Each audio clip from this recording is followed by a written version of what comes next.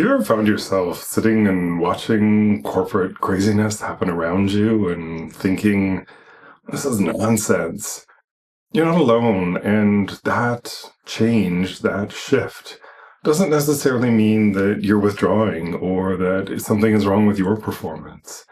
In fact, I think it's a symbol of moving forward and making very positive progress in your life. That's what I want to talk about today. We've all had those moments, and inevitably every organization has urgent things that need to be accomplished. But you may reach the point when it starts to become a pattern, or you're in that place where everybody seems to be losing their mind, and you kind of can't invest emotionally in doing that because you also know there's going to be another crisis tomorrow. It may be that you're getting asked to report on minutia or on projects that are going nowhere and haven't gone anywhere in months. But somebody needs to feed some report, roll up something into a dashboard. These are all those corporate energy drainers. And I think at some points in our career, we're more than willing to take part in those, and we feel that sense of urgency. And just as easily, we can reach a point where we grow out of it. So what's happening there? Well, I think earlier in our careers and earlier in our development as adults, there is a need to please. It is a fabric of our organizations, of course. We do what is asked of us, and we want to make sure that we're progressing in our career. We want to be seen as team players. We want to be seen as delivering on the results that we're asked to deliver. But I think as we get older, we start to be able to discern good, appropriate, meaningful requests from those that are far less valuable. And I think the less valuable ones fall into a couple of categories. I think we can get asked for all sorts of data that are not particularly meaningful, but may give somebody a false sense of control for the anxiety that they're feeling. Senior executive needs to go to a board meeting and is looking for all sorts of data just in case they get answered or asked a question. And now everybody's scrambling for it. A media request has come in, and everybody now has to get the right answer and all of the right data so that we can get back to them and that we look good in the process. These can be really important and urgent events, but as they say, when they become daily events, when they really don't serve a larger purpose, we can start to get cynical, and we very quickly can decide, probably on an unconscious level, that we're not buying into it anymore. It's just not worth the emotional energy. And I think for me, this was one of the big deciding points in making changes to my own career. I realized more and more of these requests and more of the time that I spent or having to ask one of my staff to do this work, pull something together, it just wasn't value add. It really didn't feel particularly important. It didn't feel like it was contributing. And there did come that point when everybody seemed to be scrambling and you're getting asked for this or asked for that. And it really didn't feel like investing in losing my mind over. It really didn't feel like I needed to get whipped up into a panic because the next thing would happen tomorrow and the next thing would happen tomorrow. And if you start to look at the psychology of this, as I say, across an adult development cycle, there is some theory that starts to back this. We spend a good chunk of our lives, including our 20s and 30s, in what Robert Kegan called the socialized mind. And that is our ability to fit in, our ability to please others, our ability to be part of the group and not stand on the outside. And so it makes sense that we kind of go along with everybody, that we get swept up into that drama, that we go the extra mile every time, regardless. And as we get older, the shift that occurs, according to Kegan, is we move into what's called the self-authoring mind. We become a much stronger authority on ourselves and the decisions that we're making and where we wish to invest our emotional energy. And it's this self-authoring self that now has the wisdom to understand what is corporate silliness, what is bureaucratic exercises, and to not feel like the world's going to end if they don't get done, to not worry about feeling stressed out that you're going to have to make sure that you pull out all stops to be able to deliver on it. There starts to be a level of pushback, and hopefully you're in a healthy organization where that pushback is heard and understood. Sometimes it's heard and understood and still not a different outcome occurs from it. Or in the case of that anxious leader, that insecure leader that is asking for all those extra pieces of data to help try and give them a false sense of control, unfortunately, just as often, they're not going to be open to that pushback, because that pushback starts to tap into that same insecurity, and they will probably want no part of it. So it can be a difficult situation. As I say, I was in a place where it just got old, and I didn't really want to come in and kind of go through those cycles every day. And it became one of several factors in terms of feeling more self-authored and really wanting to spend my day having better autonomy on the work that I did, on choosing the projects, on choosing the effort, and really being able to have control over that. And it is a place that I very much enjoy today. I will always go the extra mile for my clients, but my clients are also smart enough to not ask that I do silly things for them. It doesn't make sense financially to have me do non-value add work in that same way. And unfortunately, our organizations don't always tend to see it the same way. If we, within our organization, were paid for each of the tasks that we did, I think our organizations might start to look at them a little bit differently and realize that some of the investments of salary that they're making really aren't getting the outputs in the way that they could be. And that's not the fault of the individual, that's the fault of the systems.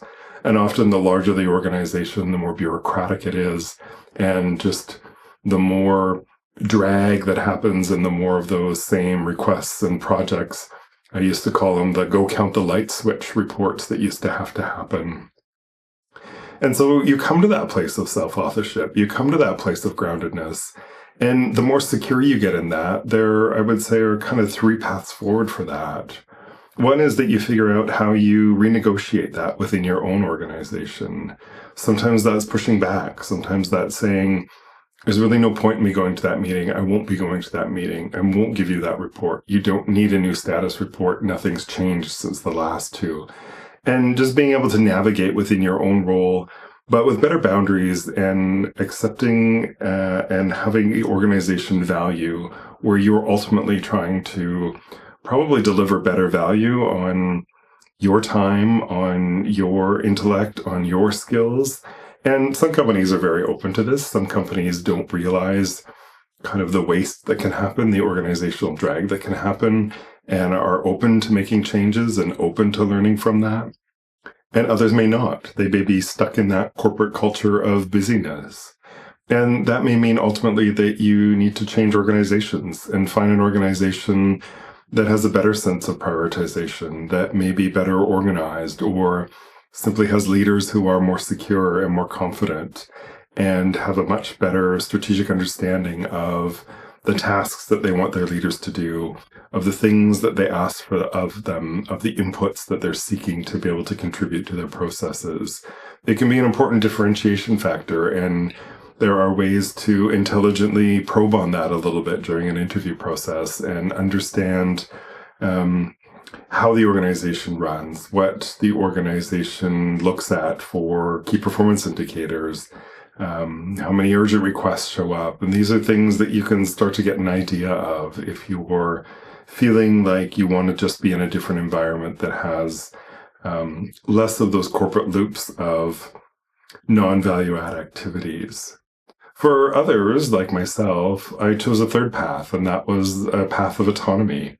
That my belief was, even in a different organization across the same system and the area that I was working, it was likely going to be the same regardless of where I was. And that required a more significant change for me. And there is, of course, risk and uncertainty as we make these changes. We have to understand that we don't have full control over how something may turn out.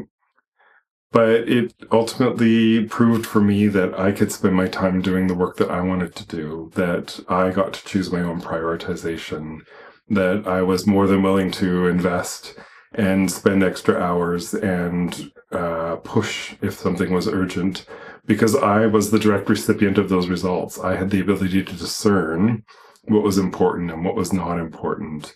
As they say, always happy to work with any clients where they have some urgent needs and we need to pull something together if it's legitimate. And so far it has been legitimate. And I am always happy to contribute and make sure that we're able to meet a really tight deadline. I know within my personality that I am inherently pressure prompted, and it can be a little bit fun to be up against it as long as I believe in the purpose of it, as long as I believe in the reason for that sense of urgency. I think when we start to tap out of that, we can start to wonder if we're withdrawing, if we might be a bit depressed, if something's wrong with us, if we've lost our edge.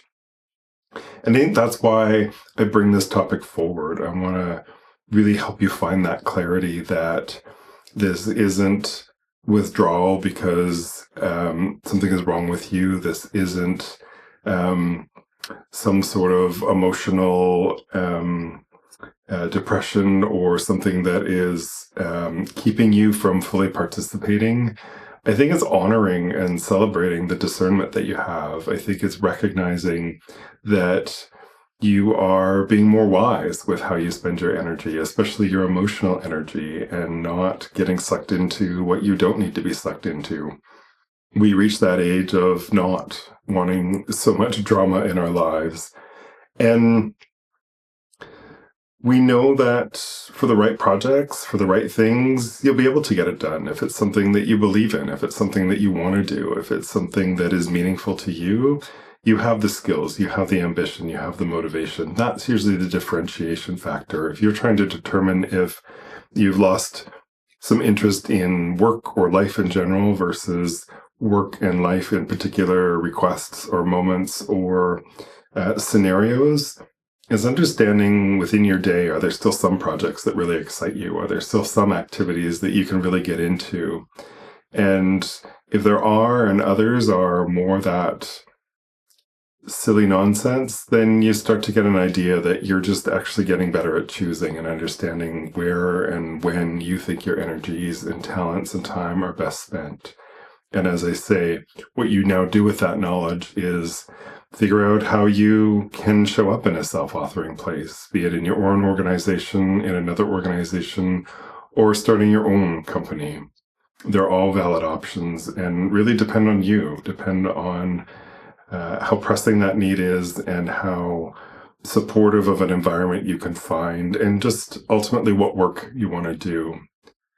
So I hope that's helpful. I hope that the next time you're in the boardroom and people are losing their minds, that you kind of have some better perspective on why, and that you don't see it as something wrong with you, that you also aren't losing your mind. And know what to do with that self-authorship. Embrace that self-authorship. Embrace that discernment. Celebrate it. And recognize that you are moving forward into a place of more self-assuredness in your life, of stronger self-identity, and that you are wanting more and more the ability to have control over some of those aspects. And the more you're able to align that control, the more that your work days are going to be rewarding and energetic, and ultimately the ones that you look forward to. Thank you as always for watching, and I'll look forward to seeing you in the next video.